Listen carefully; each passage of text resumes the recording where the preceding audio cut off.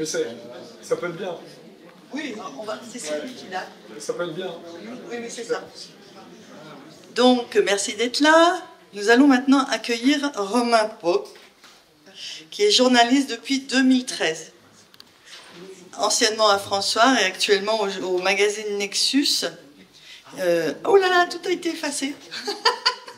Toute la présentation, c'est très drôle. Il me reste rien. Alors ça, c'est génial. Ah oui, non, mais ça vient d'être très facile. J'ai dû faire une mauvaise manœuvre. Donc, il a intégré Nexus il y a à peu près 1 an. Voilà, il y a à peu près 1 an. Donc, bah, vas-y, tu vas te présenter parce que voilà, logiquement, il devait y avoir Marc Daoud qui fait aussi partie de Nexus, qui n'est pas là. Mais on a la chance d'avoir normalement, Romain a choisi d'inviter Michel de BAM. Donc, qui vous présentera ensuite. Donc là, je vais laisser Romain faire ce qu'il a à faire. Il fait ça très bien. Je vais lui laisser se présenter.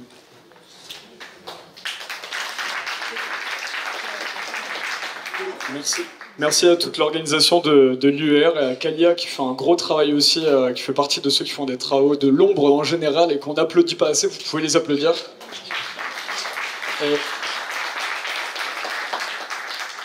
J'étais pas sûr de par quoi je voulais commencer. La première chose, c'est que je pensais à un juste titre, que j'avais le record des chaînes YouTube supprimées. On nous parle souvent de la liberté de la presse. Moi, j'avais eu 5 chaînes supprimées à mon actif en tant que responsable des vidéos à François à l'époque. Avec Nexus, là, ça tient. Ils ont l'air de changer un petit peu. Mais on a David ici qui a 12 chaînes supprimées. Vous pouvez l'applaudir. Il nous en reste une quand même. Et il en reste toujours une. Ils n'arrivent jamais, on revient à chaque fois. Akina, c'est 9. Je crois que vous connaissez Akina aussi. Voilà, exactement. Ouais. Donc voilà, on nous parle de liberté de la presse, mais c'est à double tranchant.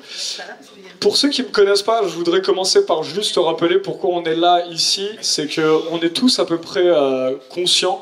Michel Debam qui va participer aussi avec nous. On n'est pas beaucoup de médias alternatifs sur place. Et ça, on en parlera. C'est un gros souci. Juste les fondamentaux. Pourquoi on est là aujourd'hui ? Nous, on est parti d'un principe de il faut regarder la société telle qu'elle est aujourd'hui. Et aujourd'hui, pour arriver à ne pas comprendre l'appropriation des multimilliardaires, des médias et des politiques par ces multimilliardaires, il faut quand même être sacrément aveugle. Notre premier ennemi aujourd'hui, c'est d'arriver à faire prendre conscience aux gens de la réalité dans laquelle on vit. Et pour ça, il faut dépasser les médias. Nous, aujourd'hui, moi, je représente nos médias, je suis très content de ce qu'on arrive à faire, nous, personnellement. On peut nous critiquer ou tout ce qu'il y a, c'est normal, ça fait partie du débat. Mais en tout cas, c'est génial qu'il y ait cette pluralité de médias aujourd'hui qui existe. Mais il faut absolument, et c'est pour ça que je veux le dire très tôt dans ce discours, il faut absolument recréer des espaces de vie où les gens débattent.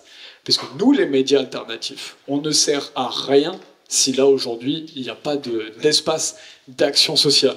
Michel, viens avec nous. Donc c'est extrêmement important de pouvoir justement avoir des endroits de joie où on se retrouve après le travail. Voilà, hier je parlais avec une centaine de personnes qui lisent, qui regardent BAM, qui regardent Toxin, qui regardent GPTV, qui regardent Idriss Aberkane, qui regardent, on a qui d'autre, Nicolas Bouvier, le 442. Moi qui n'ai pas vécu la période des radios libres, je suis extrêmement content de vivre aujourd'hui l'époque des YouTube libres. C'est génial ce qu'on a l'opportunité de faire. Mais nous, on ne sert à rien si, sur le terrain, on n'arrive pas à reconstruire ce que la télévision a cassé. La télévision, on dit souvent que ça a cassé le lien social. C'est surtout que ça a cassé le fait qu'à l'époque, il y avait des clubs, il y avait des cafés, il y avait des tonnes d'espaces de vie où les gens prenaient le temps de se parler et s'engueuler, n'étaient pas d'accord, mais ils venaient tous les jours se retrouver au même endroit. Et c'est de ça dont on a besoin aujourd'hui, de retrouver ces espaces où même si on n'est pas d'accord, on partage des opinions. Et c'est ça le principal ennemi aujourd'hui. On est sur 13 millénaires de domination de la population. C'est pas nouveau ce qu'on vit. Ce qui est nouveau, c'est que depuis 60 ans, on n'a plus de clubs et de cafés pour pouvoir échanger. Donc voilà. C'était important de pouvoir vous envoyer cela parce que nous, on ne peut rien faire s'il n'y a rien sur le terrain. On n'avancera pas. Donc voilà. Moi, en tant que média alternatif, comment j'en suis venu à créer Nexus ? Moi, j'étais parti du journalisme en 2017, puisqu'il n'y avait rien à faire dedans. C'était impossible de pouvoir justement avoir comment dire, de pouvoir aller creuser effectivement sur cette appropriation, en fait, sur cette corruption qu'on a à la base. C'est-à-dire que la dernière fois, j'étais au Parlement européen et il y avait un des attachés parlementaires qui me disait, en fait, lui, il regrettait que genre ça devienne l'espace post-marketing des lobbies ou de l'Assemblée nationale de chaque pays. Le Parlement européen ne sert plus à rien. Quand tu vas là-bas, tu vois beaucoup plus de députés que tu vois beaucoup plus de lobbyistes que tu vois de députés européens. Et c'est ça qu'il faut aujourd'hui, sur quoi il faut lutter. Mais les gens n'ont aucune conscience de ces choses-là. Donc voilà. Michel, bah, du coup, toi, bravo pour ton travail de ce que tu fais à BAM. Est-ce que tu veux prends ton micro, toi? Comment tu as commencé à faire BAM, toi aussi? Alors, BAM, c'est. Est-ce que le micro. Oui, ça peut parler. Ça marche. BAM, ça s'appelle Belgian Alternative Media, parce que c'est né de gens à Bruxelles. Moi, je suis français, je vis en Auvergne, mais j'ai vécu 25 ans en Bruxelles avant. Donc, on a. Ça s'appelle Belgian Alternative Media, BAM. Mais c'était pas parce qu'on avait envie de dire Belgian Alternative Media. C'est parce qu'en 2020, quand est né BAM, on avait envie de dire aux gens qui commençaient à mettre les mesures liberticides, BAM dans ta gueule. Donc, c'est pour ça que ça s'appelle BAM. Mais on reste poli dans le sigle, c'est Belgian Alternative Media, mais vous aurez décodé. Et c'est ça l'idée, on met notre petit logo BAM, BAM, BAM, parce qu'on est dans une situation, et c'est ça que je veux dire. Je vais revenir après sur la notion de débat que tu dis qui est très importante. Mais avant, pour moi, on a une grosse difficulté, nous, médias indépendants, à résoudre. On n'est pas qu'une alternative aux médias mainstream, qui d'ailleurs n'existent plus, et puis les médias, c'est des officines de propagande. Ce qui se passe, c'est que, il l'a dit très bien, la marionnette, là, on est en guerre, nous sommes en guerre. En effet, nous sommes en guerre. Et la guerre, ça veut dire deux choses. Ça veut dire que quand il y a guerre, il y a propagande. La communication en temps de guerre, c'est de la propagande. Or, nous, notre difficulté, c'est que nous devons faire la vérité. Le monde est rempli de mensonges. Mensonges, mensonges, mensonges. Or, nous, nous défendons pas un contre-discours, nous défendons la vérité. La vérité étant un débat. Et elle se cherche toujours. Il y a une chose et puis la contradiction. La vérité, c'est un tâtonnement. Nous défendons la vérité, or, nous devons faire de la contre-propagande. C'est compliqué. Ça, normalement, c'est deux choses différentes. Donc, on doit réussir à la fois à servir la vérité, mais tout en ayant un objectif. Il faut gagner la guerre. Parce que si on la perd, nous tous ici, on sait ici. Après, c'est à l'extérieur, c'est difficile de le dire. Les gens en face, ils veulent nous liquider, hein, c'est clair. Donc, si on le dit comme ça trop directement, il faut le démontrer, les gens ne comprennent pas, il faut y aller étape par étape, nous on peut se le dire. Ils veulent nous liquider, donc normalement il faudrait utiliser tous les moyens possibles et imaginables, sans scrupule, pour contrer leur propagande. Mais si nous faisons ça, nous ne servons plus la vérité. Donc je n'ai pas de réponse à ça, mais c'est un tâtonnement, une question quotidienne qui se pose à chaque fois qu'on fait quelque chose. Comment être dans la vérité tout en contrant des moyens colossaux qui sont en face et qui sont de la propagande. Et la deuxième chose qui est un objectif et donc on commence à réfléchir parce que on a, nous tous, mais vraiment nous tous, pas que médias, mais vous, public, nous tous ensemble qui avons résisté depuis 2020, on a à la fois réussi quelque chose et échoué sur quelque chose. On a réussi à arrêter, sans il n'y avait pas eu des mouvements de résistance, je pense que dans leur Clédix, toute leur répétition générale qu'ils avaient fait depuis 15 ans, ils avaient prévu une réaction de la population, mais je pense qu'elle a été supérieure à ce qu'ils avaient prévu. Donc là-dessus, on peut tous être fiers de ce que nous avons fait ensemble, en commun. Vraiment, je le dis avec émotion, on a réussi tous ensemble quelque chose de fantastique. On a arrêté l'offensive ennemie. Sans eux, sans nous tous, on serait probablement déjà tous en cage. Nous ne le sommes pas. Nous sommes... Ouais, ça peut être. Donc, on a arrêté l'offensive. C'est les taxis de la Marne. Vous voyez, on a arrêté sur la Marne. Mais il faut remonter le reste, quoi. Et là, c'est difficile. La contre-offensive est très difficile. Il y a des divisions. Il y a des gens qui... Les gens oublient. On est dans une tranchée. On devrait être tous camarades. Et puis, il y a des disputes, des trucs. Il y a plein de petites bêtises qui se passent. Mais il y a surtout... comment nous, on a tendance à oublier que pour gagner, c'est de la politique tout ça, la politique au sens noble, hein. Là c'est de la politique de guerre, il faut un nombre, il ne faut pas la majorité, mais il faut une masse critique de gens qui sont comme nous, et plus jeunes aussi, malheureusement, il faudrait y arriver pour qu'il y ait révolte, une forme ou l'autre de révolte, je ne sais pas laquelle, mais il faut créer un rapport de force qui fasse que nous reprenions en tant que peuple, les populations, la souveraineté sur nos vies. Pour ça, nous ne sommes pas assez nombreux. Donc notre rôle de médias indépendants est aussi de s'adresser aux gens qui ne savent pas. Or, c'est beaucoup plus facile pour vous, pour nous, de s'adresser à ceux qui savent déjà. Et donc, au bout d'un moment, ouais, t'as fait 100 000 vues, t'as fait... Mais c'est qui? C'est nous-mêmes qui savons déjà. Or, ce que nous essayons, à BAM en particulier, mais vous aussi, on essaye tous, c'est on essaye de changer les formes pour s'adresser à tout le monde. Et nous avons une difficulté, aussi bien médias que vous, c'est que, quelque part, il faut lutter contre notre propre inconscient. Pourquoi? Parce que, à raison, nous savons que nous avons nous avons vu la vérité là où la population ne la voyait pas. Et donc, quand on essaye de convaincre les gens, même si on le dit gentiment, quelque part notre inconscient nous dit, quand on parle à la personne normise en face, on lui dit, on pense, qu'est-ce que tu fous là? Pourquoi tu n'es pas avec nous?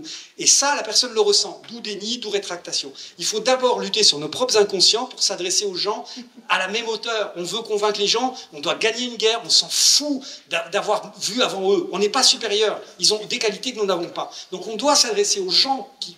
Je ne parle pas des salopards qui ont créé la merde, mais je parle de la population qui n'a pas vu, qui est encore aveugle. Eh bien, il faut se mettre à leur hauteur pour pouvoir leur parler, pour pouvoir les ramener, pour créer le nombre nécessaire pour faire l'offensive et abattre les puissants qui opprimeront et qui fermeront la porte sinon. Voilà, ça c'est des contraintes que la situation de guerre, on n'est pas juste des médias, on est des divisions dans une guerre pour la survie de l'humanité.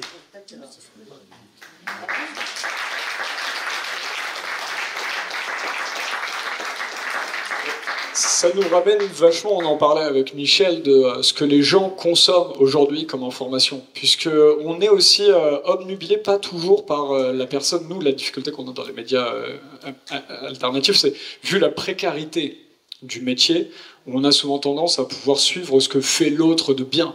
Et donc quand tu tombes à regarder là où une personne qui va faire 300 000 vues ou 2 millions de vues, on va se mettre à regarder le nombre de vues comme si c'était l'endroit à suivre. Et c'est là où c'est compliqué, parce qu'en fait, c'est notre seul corruptomètre, comme dit au bon tweet, c'est notre seul moyen de se dire, ok, ça c'est une information intéressante. Mais non, pas du tout. Parce qu'on en vient à mettre que les mêmes personnes en avant là-dessus. Lui, il a fait 2 millions de vues, oh, ok, d'accord. Et du coup, tous les autres médias alternatifs se mettent à le faire. Et ça, c'est un biais sur lequel on doit lutter. C'est-à-dire que pour nous, c'est tellement récent. Là, il y a beaucoup de personnes, nous, dans nos lecteurs, qui se sont réveillés en 2020. Il y en avait qui étaient déjà là d'avant, mais il y en a eu beaucoup qui se sont réveillés en 2020. Et donc, ça fait qu'on est presque des... Alors bon, moi, je me mets dans le groupe, mais moi, je suis là depuis 12 ans là-dessus. Et il y a 10 ans, on était très seuls, les grands rebelles, les rebelles. Mais ce qui est intéressant, c'est de se considérer qu'on est des jeunes révolutionnaires. C'est-à-dire on a 5 ans d'existence pour beaucoup, où on est en train de reconstruire ce qui est important pour nous. Et en tant que média, c'est là où la clé est importante, c'est de se poser, d'avoir des endroits, j'en reviens à ces espaces de vie dont je parlais, et c'est aujourd'hui pour moi des événements comme l'université d'été rassemblante et importante, c'est que ça nous permet d'avoir des endroits où on peut rencontrer l'autre et se dire, ok, quelle information est importante pour toi? Alors quoi elle dans ta vie. Je prends par exemple, il y a un scandale, moi ça me choque qu'en tant que consommateur de ces informations, on ne parle jamais de l'affaire des grandes surfaces illégales. Il y a tout dedans qui montre effectivement l'état de la corruption en France aujourd'hui. On voit là-dedans, dans cette affaire, il y a des procureurs qui font défaut, il y a des préfets qui ne contrôlent pas les grandes surfaces, il y a des maires qui sont bien contents d'avoir des grandes surfaces Amazon qui s'installent près de chez eux, et ça on ne parle jamais de cette affaire-là. Parce qu'il y a très peu de personnes qui le défendent sur le terrain, et quand on en parle, c'est tellement juridico-compliqué qu'on ne s'intéresse pas à ça, et ça ne fait pas 2 millions de vues, et derrière, il n'y a pas Toxin, Aberkan, etc. qui vont en parler. Et donc on doit arriver à recréer nos propres, comment on appellerait ça, nos propres flux, en fait, de ce qui nous intéresse à consommer dans l'information aujourd'hui. Donc voilà, j'avais envie de vous partager ça aujourd'hui. Je ne sais pas comment tu vois les choses, toi, Mif. Oui, l'histoire du débat et de la vérité, parce que tu as parlé du débat. En fait, nous-mêmes, on sera plus fort si on a un débat permanent. Et il n'y a pas... Nous, à BAM, c'est facile parce qu'on est un collectif de citoyens. Il y a personne n'était journaliste. Qui avant en 2020, on ne se connaissait pas, enfin une ou deux personnes se connaissaient, on s'est réunis à se dire mais on doit créer, les médias sont en faillite, ils n'existent plus, ils sont la faillite morale des médias mainstream. Donc c'est les citoyens qui en ont fait. Et on se réunit toutes les semaines avant, maintenant toutes les 2 semaines, et on débat. On n'est pas d'accord entre nous sur l'actualité, sur les choses.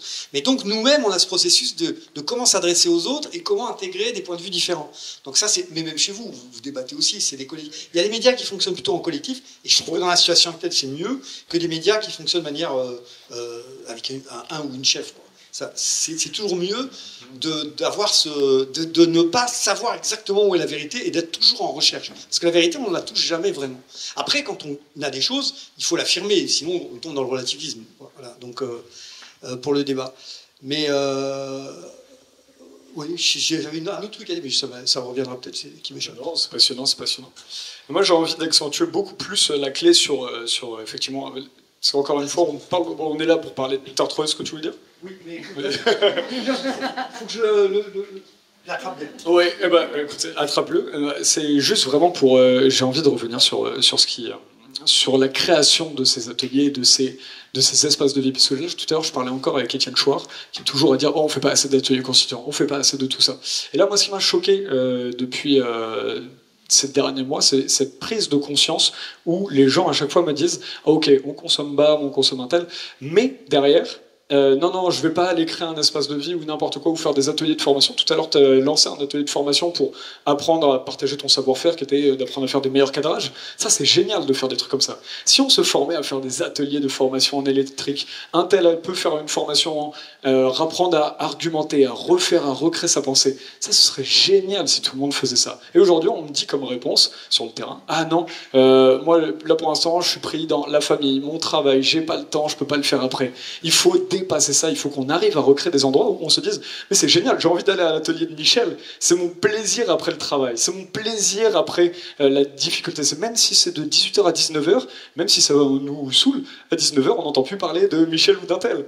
Donc tu vois, c'est ça qui est intéressant, c'est qu'aujourd'hui on puisse arriver, et que les médias arrivent à visibiliser les gens qui font sur le terrain comme ça. C'est en visibilisant ça, nous on a un gros problème dans les médias alternatifs, de pouvoir justement montrer ce que font les personnes aujourd'hui d'action locale, parce qu'il y a énormément de personnes qui font des belles choses. Voilà, c'était important de le mettre en commun.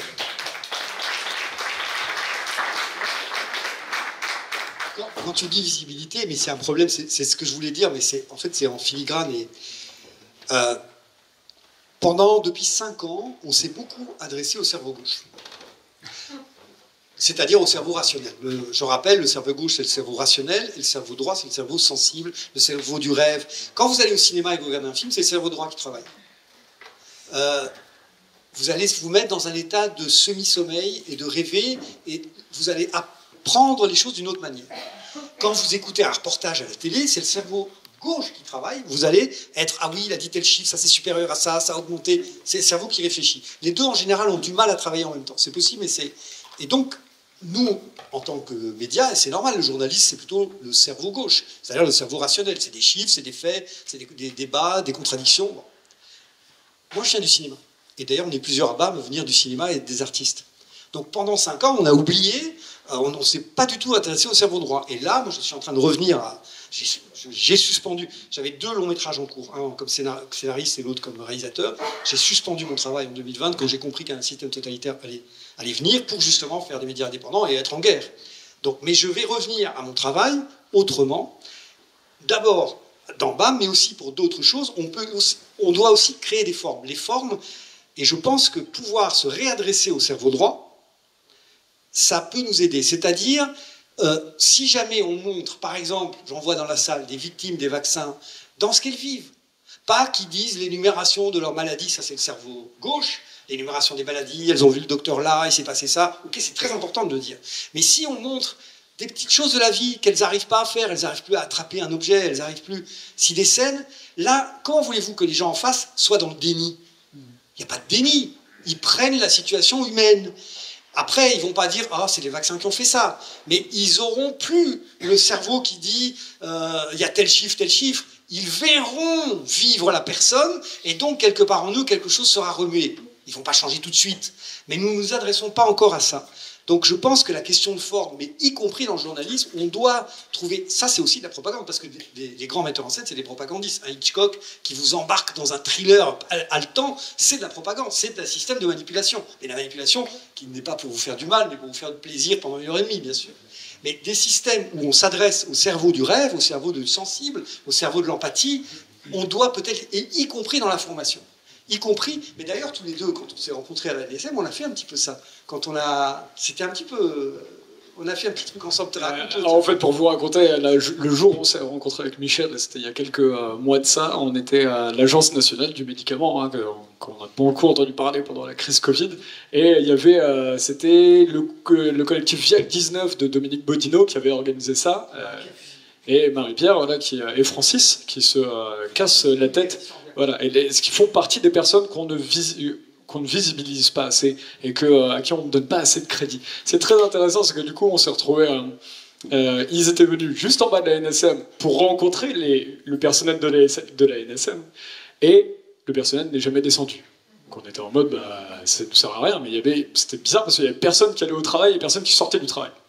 Donc, dans une boîte traditionnelle, c'est pas courant. Et là, du coup, bah, avec Michel, on s'est dit, bon, on va faire le pied de grue, on attend en bas, et puis voilà. Tout d'un coup, on voit des gens sortir en capuché comme ça, et partir tout doucement. On fait, mec, Michel va les voir, hein. Le gars est parti. On envoie les deux, quand on attend, on se met mieux, on essaie de faire barrage pour les choper. Et on se met, de fil en aiguille, à leur courir après. Tu fais, comment c'est possible, quoi. Du coup, on leur court après, pardon, ah oui, non, j'ai pas le temps, les gens extrêmement gênés. Et vraiment, ils nous fuyaient. Bon, moi, je me suis dit, c'est parce que je suis avec Michel, les gens fuient, voilà, c'est pas ma faute. Et du coup, on arrive, et à un moment, on en tombe sur un qui arrive et qui nous parle honnêtement. Il était très gêné, et on sentait que c'était pas quelqu'un qui était dans les hauts bureaux. Effectivement, on apprend après que c'était quelqu'un qui travaillait au courrier, c'est ça? C'était la logistique, hein. Ouais, exactement, du coup, il connaissait tout le monde. Ah ouais, mais surtout, il avait reçu le même courrier en interne que tout le monde.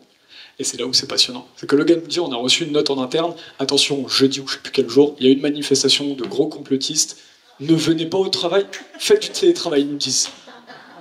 T'es en mode, waouh, là on est comment nous on peut faire notre travail pour rencontrer ces gens-là? Ils avaient, ouais, non, complètement, ils avaient rien programmé, ils étaient partis, ils avaient fait le pont, faites le pont cette journée. Et c'était horrible. Et du coup, on voyait, et on en a chopé une quinzaine de comme ça, où on a mis un petit reportage sur nos chaînes, on les voit courir. Ce qui est...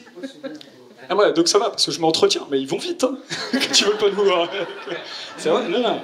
Mais, et donc voilà, c'est comme ça qu'on s'est rencontrés avec Michel à ce moment-là, et je sais plus ce que tu voulais dire. Oui, non, mais c'est vrai, parce qu'il y a, tu l'as très très bien raconté, mais il y a une chose, c'est que au départ, donc Romain est journaliste, moi je suis cinéaste. Et là on fait la même chose, on essaye d'avoir la réaction des gens de la NSM, du peu, il y en avait quand même qui étaient là, qui sortaient. Hein, mais en gros, la grosse majorité était restée chez eux, mais certains avaient dû quand même venir, et eux avaient aussi une consigne, c'était de s'enfuir, manifeste. Ils s'enfuyaient. Il y en a un qui s'est mis à courir, littéralement, il avait une grosse valise, il partait en courant. Et Romain me dit au bout du deuxième, Michel, ça sert à rien, il parle pas. Et là on réfléchissait en journaliste. Et moi je dis, ben là je réfléchis en cinéaste, je dis, Romain, il faut filmer tous en train de courir. Si tu as une série de gens qui courent, ça raconte tout. Vous voyez le cerveau gauche et le cerveau droit, l'exemple parfait. Et en fait, il y a des images à cause de Michel de moi en train de courir après les gens, comme si c'est à moitié légal. Et ça nous a permis une division du travail, parce que tu as fait ça super bien. Hein. Il filmait les pieds, il a fait un montage après génial. Et moi, ça m'a permis, parce que les gens voient en plus qui sont là, qui parlaient en même temps, parce qu'en même temps, de l'autre côté, il y avait des témoignages magnifiques et poignants des victimes qu'il fallait attraper. Donc à un moment, Romain continue, on s'est divisé le travail naturellement. Romain a filmé la NSM qui courait, et moi, je suis allé filmer les victimes qui témoignaient. Et donc, on a pu couvrir comme ça, naturellement, les choses à deux. Mais c'était marrant, parce que si jamais, mais alors, on est con, parce que ça a été enlevé de la page Facebook, mais ça doit se trouver dans...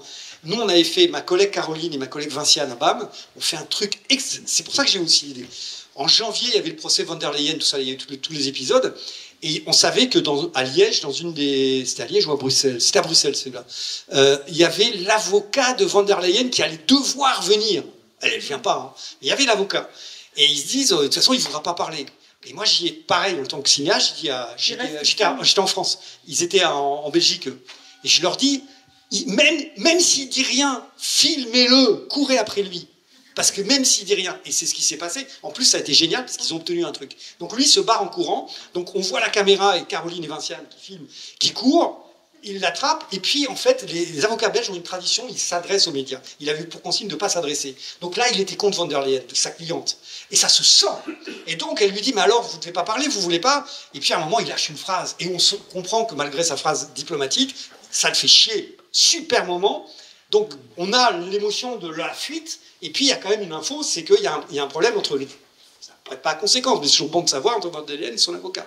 Voilà, ben, si on le trouvait, il est sur notre X BAM, vous le trouverez vers début janvier. On ne voit plus les vignettes, parce que c'était du direct, il y a un truc avec avocat, si vous voulez le voir, il est là. Voilà. Magnifique. Et tout à l'heure, juste, il nous reste 5 minutes. Tu parlais du cerveau gauche tout à l'heure. Je reviens sur des trucs à moitié barbants, mais qui sont importants à maîtriser quand je vois avec les gens. Parce que la psychologie, c'est le moteur de l'être humain. Et ce qui est intéressant tout à l'heure, tu parlais effectivement de comment on utilise nos cerveaux. Aujourd'hui, il faut aussi savoir que la manipulation qu'on vit va jusqu'à... on ne peut plus prétendre à la joie tout de suite. Je m'explique. Je parle de nous, il y en a qui maîtrisent ici. Mais il y en a... pour beaucoup, en consommant de l'actualité aujourd'hui, se mettre dans des états où, en fait, je parle de même pas l'alternative, je parle de tout le monde, on va de crise en crise. On est allé du Covid, bon, il y a eu les gilets jaunes avant, mais c'est différent, parce que ça, c'est des crises nécessaires, on va dire. Il y a eu le Covid, ensuite on a la Russie, ensuite il y a Gaza. Et en fait, permanent où à chaque fois on se dit cette semaine qu'est-ce que je vais avoir comme truc. On n'ouvre pas les médias, même nous on nous ouvre pas en disant je vais apprendre des super trucs aujourd'hui qui vont me faire grandir. Et du coup ça nous met dans un stress permanent où il faut arriver à comprendre à quel point quand tu es en stress permanent tu ne peux plus prétendre à la joie. Et du coup on ne peut pas avancer en société. Il faut déjà qu'on arrive à retrouver un état, selon moi, qu'on arrive à retrouver un état de neutralité, de sécurité, où on arrive et on se met en mode tout va bien aujourd'hui. Et cela, tu perds l'état de vigilance. Ça, c'est des trucs qu'on ne nous apprend pas à l'école, mais que c'est important de maîtriser. Parce que sinon, on court après quelque chose qui va nous épuiser. Aujourd'hui, les gens qui veulent essayer de changer le monde, je pense que ça ne marche pas d'essayer de changer le monde. Parce que tu essaies de changer le monde sur le moment, alors que c'est des trucs qui prennent du long cours, et en fait, on s'épuise de fou. Avec Michel, on est journaliste, mais on a aussi ce côté, cette fibre militante, on ne peut pas s'en empêcher, on réagit à des injustices. Mais il faut qu'on arrive à retrouver du calme. Tous ensemble, c'est très important pour ensuite reconstruire la joie ou quelque chose. Selon moi.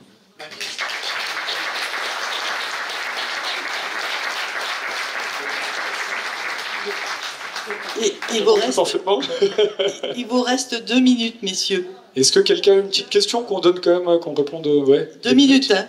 Si quelqu'un a une question. Ah oui, il y a du monde là-bas. N'hésitez pas à les questions chaudes, hein. Moi j'aime bien les questions... Ouais, moi j'ai pas peur. Oui, ben moi j'ai une suggestion... Quel est ton prénom? Christian. Salut Christian. Tout le monde parle de médias mainstream. C'est une suggestion, hein. Ouais. Moi je les appelle pas mainstream, je les appelle les merdias.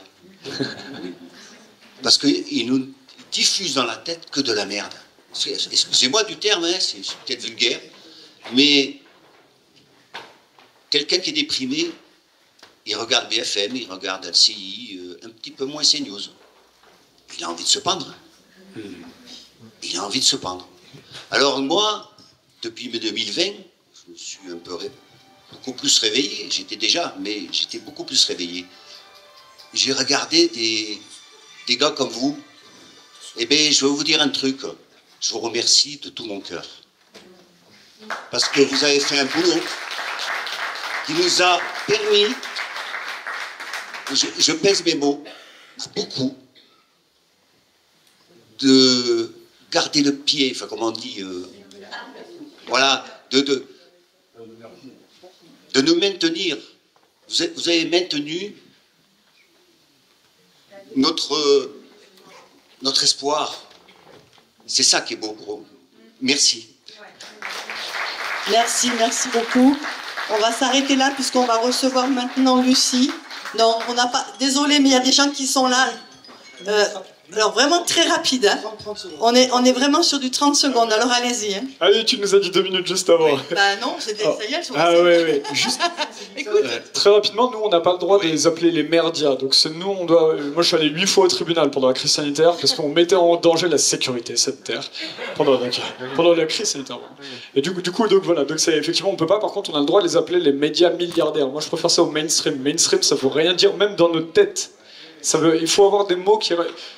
Kalia, elle a un truc incroyable où elle dit que même quand on nous appelle une personne juridique, ça ne veut rien dire personne juridique, ça veut dire que t'es personne. Tu vois, notre cerveau il entend ça. Donc par contre, c'est des médias milliardaires. Bon, alors, juste 20 secondes. Juste, c'est super ce que tu as dit, mais merdia, si on veut convaincre les gens qui les regardent, si on leur dit tu regardes de la merde, ils vont se braquer. Nous, on peut penser, nous, ce qu'il faut leur dire, c'est par l'exemple. C'est pas en le disant, c'est en le faisant. Si nous, on donne l'exemple d'autre chose, les gens viendront à nous. Si on dit tu regardes de la merde, les gens se braquent et ne viennent pas. Donc voilà, t'as raison, effectivement. Bonjour à tous, juste une petite question. de fin, je suis le docteur Brett Christophe, je suis médecin généraliste dans les Yvelines. Je fais partie d'un collectif de médecins qui s'appelle Azitro d'hospitalisation, qu'on a créé avec Claude Escarguel, qui vient de me donner l'autorisation de parler de ce que nous avons fait et surtout ce que nous avons reçu comme réponse. En fait, au tout début de la crise du Covid, donc je suis un peu comme eux, victime depuis 5 ans, à me mener pour essayer de faire sortir la vérité. Avec ce microbiologiste, on a créé ce groupe de médecins où on a donc depuis le début traité avec des macrolides, parce que vous savez que Raoult avait fait Azitro avec l'hydroxychloroquine, et il avait été interdit d'utiliser l'hydroxychloroquine, donc tous les médecins sont retournés vers l'azithromycine. Il y a eu un pic d'azithromycine, et il y a Jérôme Salomon qui nous a écrit le 18 juin 2020 pour nous dire « Vous êtes des mauvais médecins si vous prescrivez des antibiotiques dans la Covid ». Donc on n'avait pas l'interdiction absolue de traiter par ces médicaments, mais on nous disait fortement de ne pas le faire parce que c'était pas du tout ce qui était convenu. Tout ça pour vous dire qu'on a fondé en octobre, quand il y a eu le deuxième confinement, un groupe qui a réfléchi à comment traiter la Covid. On a pris le protocole de Peter McCulloch, qui est le cardiologue américain que vous connaissez peut-être tous, et qui donc reprend son traitement précoce et qui fait qu'en utilisant des macrolides, on traite et on arrive à soigner beaucoup de gens. Bref, on a fait ce tableau, on l'a communiqué en haut lieu, et Françoise Nyssen, qui est donc une députée qui a été ministre de la Culture, je crois, sous Macron pendant quelques jours, a transmis tous nos travaux, et ils nous ont répondu par mail, en ayant donc le mail du président qui nous a répondu en direct, et qui nous a dit, en retour de tout ça, « Formidable, je crois beaucoup à cela, vraiment, depuis longtemps, mais le système y croit trop peu. C'est fou, je m'en saisis, merci, je vous embrasse. » C'est Emmanuel Macron qui avait. Voilà, donc il savait tout depuis le début. Je suis passé chez Xavier Zalbert quand tu y étais, j'étais le docteur Terrain en off pour pouvoir parler de tout ça. En fait, le débat nous a été complètement confisqué entre Marseille et Paris. Donc Raoult contre Véran, c'est tout ce qu'on a eu, et on n'a pas pu parler de tout ça derrière. Moi, je fais un truc à 14h30 jusqu'à 16h pour parler de tout ça, d'azitro d'hospitalisation. Oui, merci. Voilà. Merci. Alors,